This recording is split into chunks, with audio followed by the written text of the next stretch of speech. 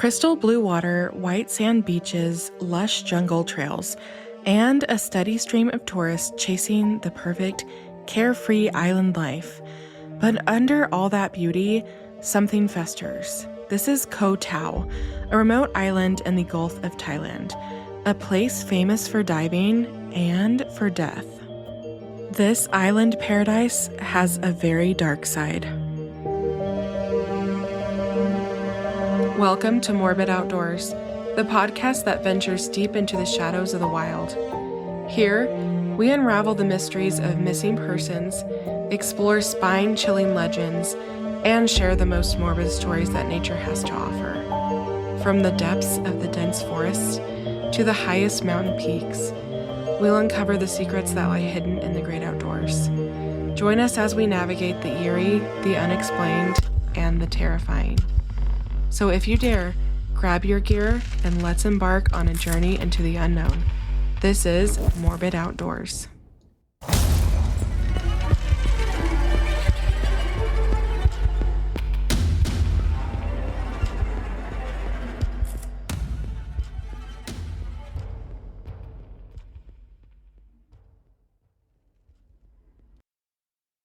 Hello, everyone. Welcome. My name is Elise, and I'm your host.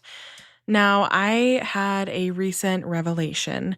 I listen to nonfiction books on Spotify, and I listen usually at 1.5 speed because I find it gets me through a little bit faster, but if people are talking faster, I have to listen better. And while I was checking out my new cover art for the show, I forgot that I had 1.5 speed turned on. So I think I have a solution. For those of you that don't like how slow I talk, you can listen to me at 1.5. It is it's probably the perfect speed to listen to me at if you think I talk too slow. It's not too fast. And obviously, if you want to listen faster, that is an option. I think people forget about that a lot of times, but you can listen to podcasts a little bit faster. So, if you think I'm too slow, talking wise, you probably don't listen to me. But if you do, you can change the speed.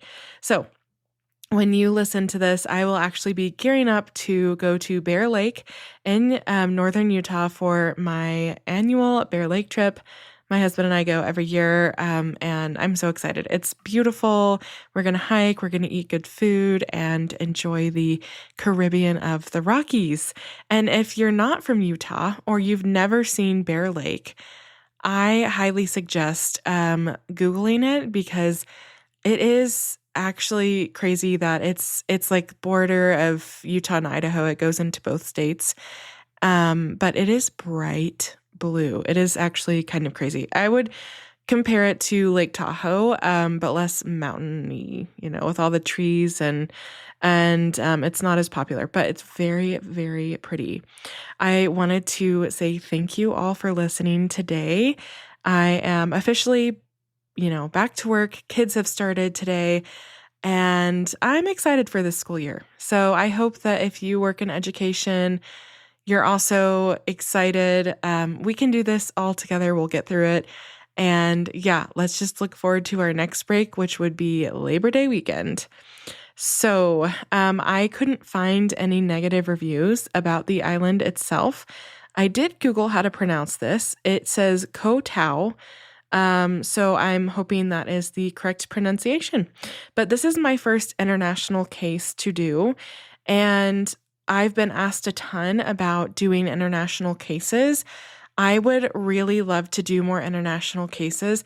However, because I live in the United States, I don't really see a bunch of international cases just in my news feed, or, we don't really hear about a lot of cases outside of the US unless they're like super big.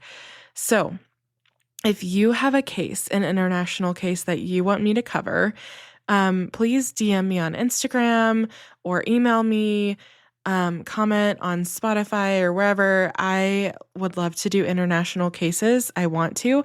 I just don't really know a lot of international cases. And I think that the cases that have been done, that are out of Australia or, other places that I've heard. They're like so big. They're always talked about. And I want to cover some of the lesser known cases because, and especially if they're unsolved, they deserve the extra attention and media. So, for my international listeners, hello. Welcome. I'm so happy you're here. And yeah, please send me any suggestions. I will cover them. So let's get into our case today. We are going to be talking about this island in Thailand. Now, I have never been to Thailand, but Thailand is one of the world's most popular tourist destinations, and it receives around 35 million visitors a year, and it promotes itself as the land of smiles. Now, because tourism is a major industry in Thailand, the government is sensitive to criticism that could undermine the country's reputation. And we're going to be talking about an island, and I don't know, I've Googled it and I've seen different pronunciations, but Google is telling me it's like Koh Tao instead of Koh Tao, but I've also seen different YouTube videos saying Koh Tao, so I am going to say Koh Tao because I think that is the correct, but honestly, I have no idea. I've never been there, so I've never heard anybody say this before, so just cut me some slack. So this actually is also known as Turtle Island, and it's an island in Thailand that is part of the Chumphon archipelago on the western shore of the Gulf of Thailand. It covers an area of about 21 square kilometers, which is 8 square miles, and it is a sub-district of the Go Pha Nan district of Surat Thani province. And I do not speak Thai, or I know how to pronounce it, so just be patient, please.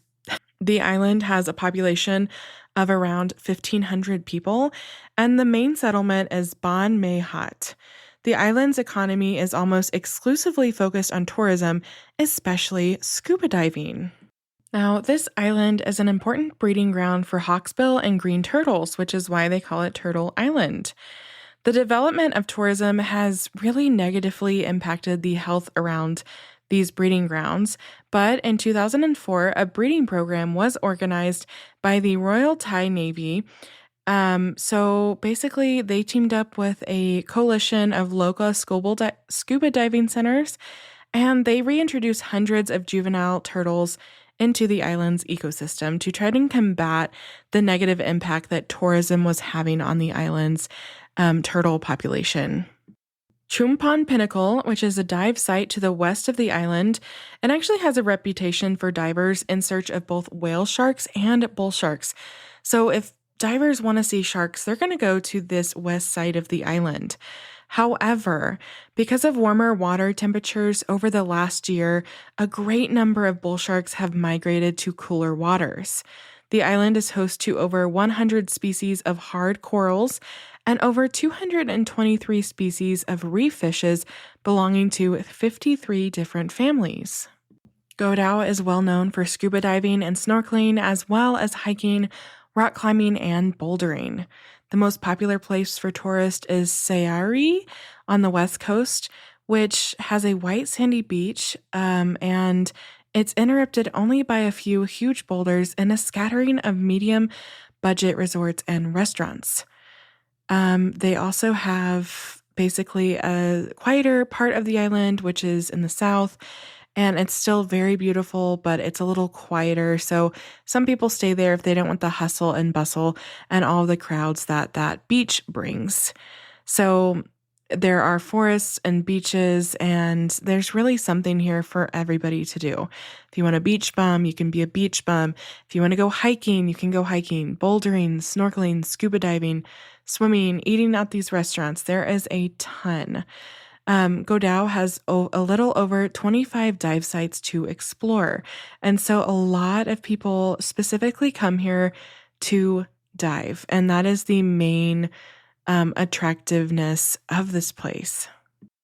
But outside of the scuba diving paradise, This island has had a long reputation as a home for organized crime and corruption, and as a place where the police protected local interests. Now, some people speculate there are serial killers operating on the island because, well, you're about to see why. But there has been a lot of missing people and murders on this island. The island's not very big, so for this small place to have as many strange deaths as it has it might raise your eyebrow. And basically, people suspect that the local police and government cover it up so that their tourism industry is not hurt. Now, is Koh Tao just unlucky for visitors, or is something more sinister happening on the beautiful Thai island and haven for scuba divers? We're going to go back 11 years to 2014. So this literally was January 1st, 2014. 25-year-old Nick Pearson was found floating in an island bay at the foot of a 50-foot drop. Now, the people that discovered him were scuba diving, and he had disappeared the following night. So, December 31st, 2013. He was celebrating New Year's Eve out with his family, and his body was found at a beach at the Hillside Resort in Koh Tao. Despite claims of a fall, he had no broken bones. Police ruled out foul play, but Nick's family said that officers did not investigate a single witness, and they believe he was murdered. The coroner said that there was not enough evidence to say how he died and recorded an open verdict. Nick's mother, Tracy Pearson, told the coroner and South Derbyshire Coroner's Court in the UK, which is where they were from, she had a gut feeling there was foul play. An inquest has been held in 2014 as his death was being treated as suspicious. Nick's father, Graham, had been the last person to see him when he walked with his son back to where they were staying. There were no signs that he was suicidal, and the following morning, the family raised the alarm when Nick failed to answer the door. Now, during the hearing, pathologist Dr. Michael Biggs told the hearing that there were many injuries on Nick's body, including to the head, limbs, and face, but he said most of those would have been present before his death, although he could not completely rule out the possibility that Nick had been attacked. The coroner concluded there was not enough evidence to say where or how he met his death. So that is unresolved. He was found in the water, floating. He had injuries, but not injuries consistent with a fall, no broken bones. The police said, sorry.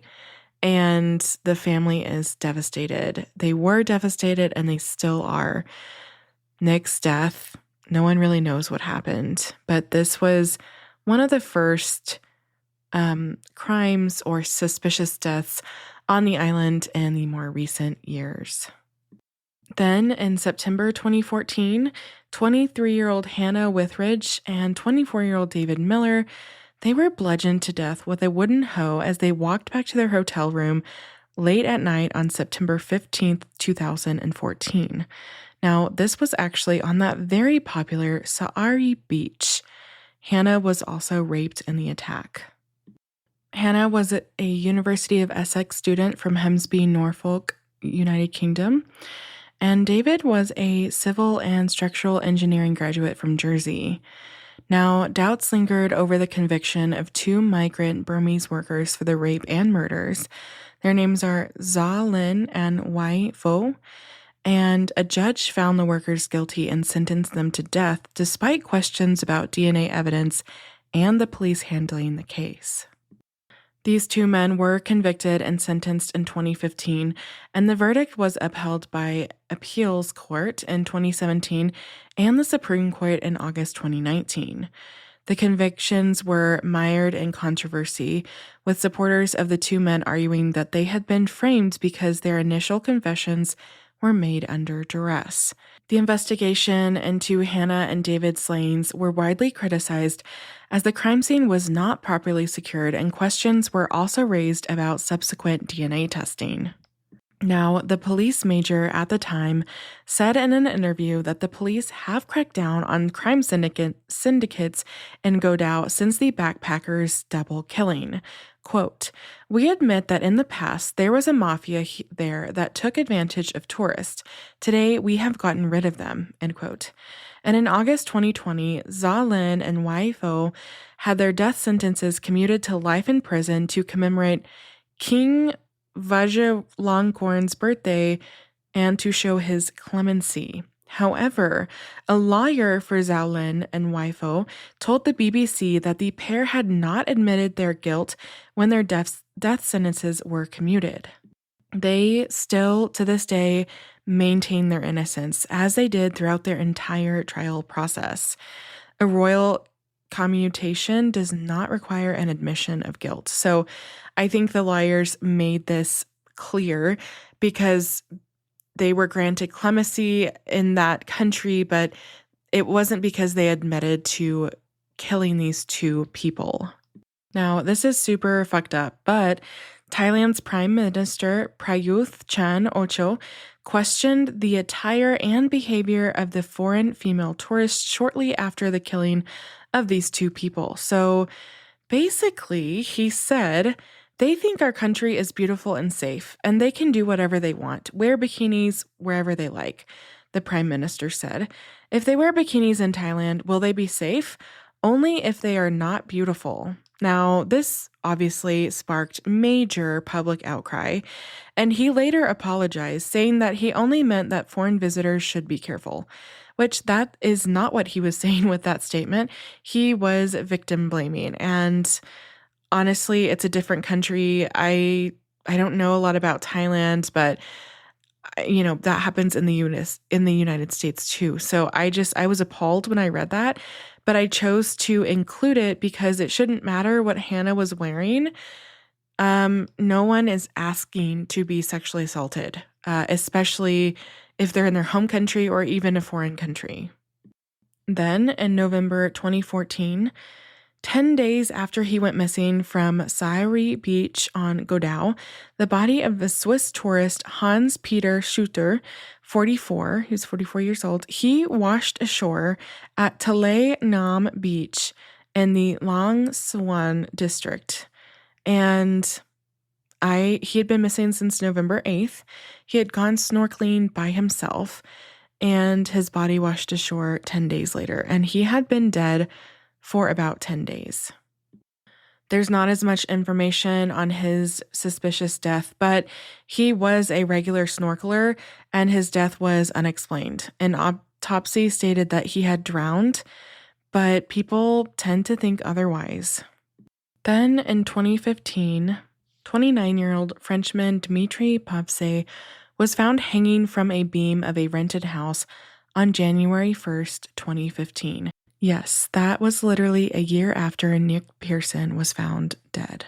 Although both of his hands were tied behind his back, the police said he could have done this himself, as the rope was tied to one hand and a loop was made so that the other hand could be inserted. They also found a suicide note at the scene. Now, a woman that Dimitri had been interested in said he called her twice on the phone that night, but she had not picked up because she was asleep. Friends and family remained suspicious of the police investigation and the insistence that Dimitri committed suicide, especially as his hands were tied behind his back. He had also given no indications before his death that he had suicidal thoughts. So that one is suspicious. I could see it going either way. However, someone's hands being tied behind their backs and them able to execute a perfect hanging, that sounds terrible, but one that's successful, that is very, very strange. And the odds of that seem very, very low. Then 20 days later, a British woman, 23-year-old Christina Annesley, was found dead in a room at the In Touch Resort on January 21st, 2015. There were no signs of a struggle or rape or other human DNA. She was said to have died of natural causes after mixing antibiotics she was taking for a chest infection with alcohol.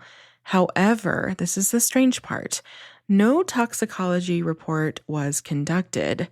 The family contested the police version of events, and that one still, all of these are pretty much unresolved. And I don't know. I'm like, how much did she drink to die from just taking antibiotics? I think most of us know that you're not supposed to drink while you're on antibiotics because it can have an effect where the alcohol kind of hits you harder, or at least that's been my experience while on antibiotics.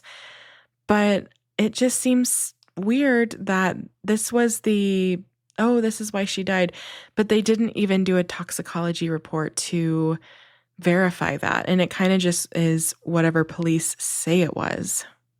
Now, just under a month later, on February 16th, 2015, Russian tourist Valentina, and I'm not even going to attempt to say her last name, Valentina N., she was 23 and she vanished from her hostel in Koh Tao. She had checked into the hostel on February 11th and was due to check out on February 16th, but she failed to do so. A few days later, staff checked her room to discover her cell phone, passport, and camera had all been left behind. The last known video footage showed Valentina walking to the Choloke Hin Gobe and never returning. Police concluded that she wanted to break a deep diving record at more than 24 meters. And they basically said she went diving out here and she drowned and now she's gone. This is unresolved. She never came back. She is still missing to this day. That is so haunting. I just don't know. This just seems so fishy to me. I don't know what you guys think, but I think some of these unresolved or mysterious deaths, they can't all be a coincidence, right? Like this is like so bizarre. Now, in 2016, let's talk about that. We have another January case. British bricklayer Luke Miller, he was 26 when he was found at the bottom of a swimming pool at the Sunset Bar at, you guessed it, Sauri Beach on January 6, 2016. I hope I'm saying the beach name right. I don't know. Well, I'm sure I'll hear about it. Now, his family accused the Thai police of a cover-up. The authorities said that he had died after striking the diving board from which he was jumping. There have been suspicious reports of hand-sized bruises found on Luke's shoulders. And that's all we know about Luke's mysterious death. Then in 2017, Belgian backpacker Elise Dalla Menge, she was 30 and she was found hanging from a tree on April 27th, 2017. Now, Elise had been traveling around Asia for 2 years and lived at a yoga and tantra retreat in Go Phang before her death. She was also part of the Sathya Sai Baba cult and lived with a self-proclaimed guru. Phone records showed that Elise called her mother on Skype on April 17, 2017, before leaving Go Phang on a ferry on April 19th. Investigators had no theory of her unexpected stopover on Koh Tao on her way back to the mainland and Bangkok. Her mother, Michelle, claimed that Elise used a fake name, Elise Dubuis, to check into the Triple B bungalows next to May Head Pier on Koh Tao. That evening, an unexplained fire burned down 3 bamboo huts, including the one Elise had been staying in. Elise traveled 1.5 miles or 2.5 kilometers through the jungle to Tenot Bay and stayed at the Poseidon Resort. There, she booked another ticket for Bangkok, leaving on April 24th. 8 days later, locals living near Tenot Bay found Elise's body after becoming suspicious of a monitor lizard going back and forth into the jungle. Now, they followed this animal and discovered it had been feeding on Elise's remains, which were found among rocks beneath the Tenot Family Bay Resort. The body had to be identified using dental records and previous x-rays. Controversially, Surat Thani Governor Ayachai Inak dismissed some foreign news reports that claimed reptiles had eaten half of Elise's body as untrue. I don't know why this would matter, but the people that found her said that it was happening. So it seems like they were trying to maybe just kind of smooth it over and sugarcoat this a little bit. Now, the director of the Institute of Forensic Science at Police General Hospital in Bangkok said there were wounds around the neck due to hanging and some non-fatal bruises in the head, and no drugs were found in her body.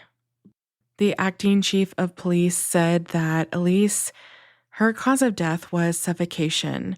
There were no signs of fighting or struggle, nor were foreign objects or substances that could cause loss of consciousness found in her. Posts on social media said that Elise had booked a ticket to the Chumphon province on the mainland and that her luggage arrived after her death, which actually raised questions about her intentions to take her own life. Elise's mother, Michelle Van Egton, said that she does not believe that the Thai police, she doesn't believe them at all. She doesn't believe that the Thai police were telling the truth, and she actually thinks that this is a cover-up, and they are working really hard to suppress speculation about the many murders on the island. So now let's look at 2018. German Bernd Groch's body was found at his home deep in the jungle in the Mae Had part of Koh Tao.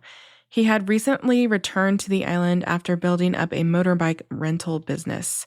Now, I'm really trying hard on these names. It's not easy. Like all of these people that have perished are foreigners, like from other countries, not America. I've never seen some of these names, and Google only can help me so much. So I'm sorry if I'm mispronouncing a lot of these names. Now, Bernd moved to the island in the late 1990s, but left in 2016 after becoming frustrated with the corruption and hostility towards foreign business owners. He started another business on the neighboring island Koh Tao before returning in March 2018 to, quote, tie up loose ends. He had been recently separated from his wife, who was a Koh Tao native, with whom he had a 7-year-old daughter, and he'd been actually living with his sister for 2 years, and he'd been living in Germany.